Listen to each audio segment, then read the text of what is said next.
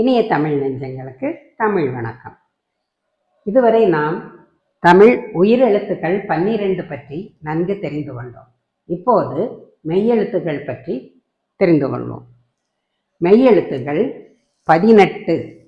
அவை இக், இங், இச், இஞ்ச், இட், இன், இத், இந்த், இப், இம், இ, இர், இல், இவ், இல், இல், it, in.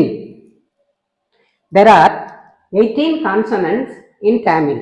They are called ik, ing, ich, inch, it, in, it, int, ip, im, i, ir, il, u, il, il, it, in. நன்றி, வணக்கம்.